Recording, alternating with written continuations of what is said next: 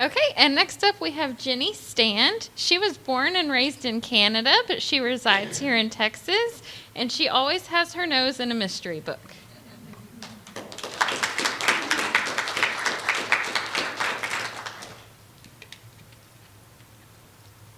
Hi, thank you, everybody. I'm really happy to be here. As Heather already said, I'm Jenni Stand. This is my first book. It's called Mad Money and Murder. It is based here in Texas, in San Antonio, and it is a cleaner mystery. I call it a cross between a cozy and a traditional mystery with a splash of the supernatural. It's a cleaner cozy in the fact that there's none of the graphic violence or steamy scenes or gore or anything like that, but it has the traditional in the fact that it is a traditional private investigator. The supernatural comes in the fact that she is also a psychic. But she does not advertise herself as a psychic because she also doesn't believe in them.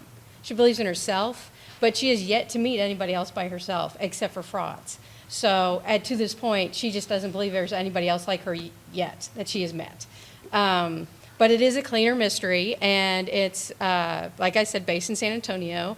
I don't know if anybody knows here, every January they drain sections of the San Antonio Riverwalk for cleaning and maintenance. And we were actually on a tour in San Antonio on one of the riverboat tours, and the tour guide was talking about how all the things they find in the river when they are cleaning it and they drain it. And there's a lot of chairs. If you walk along there, hold on to your cell phone because that seems to be the #1 most common thing they find in there.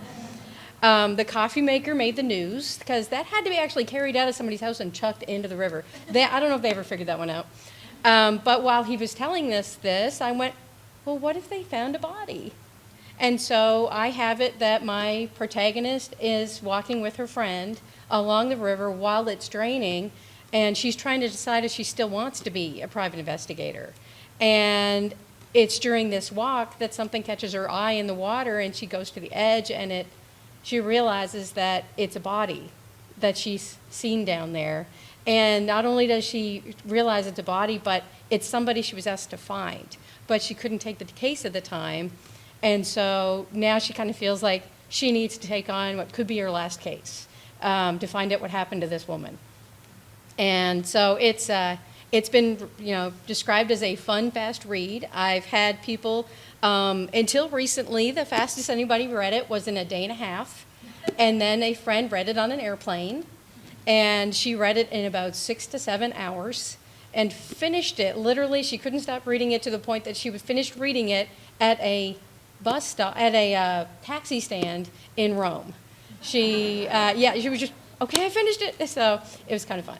But and other people have made it take longer to read, and they say they wish they'd read it, taken even longer to read it because they were enjoying it so much.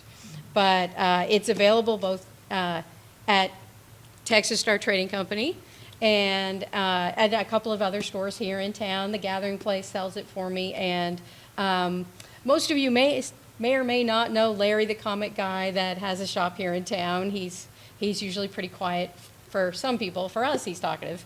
But it's also available on Amazon, and basically you go to any bookstore website, it's listed on there. So, but it's a fun, fast read, but it is a cleaner mystery, like I said. So, thank you so much.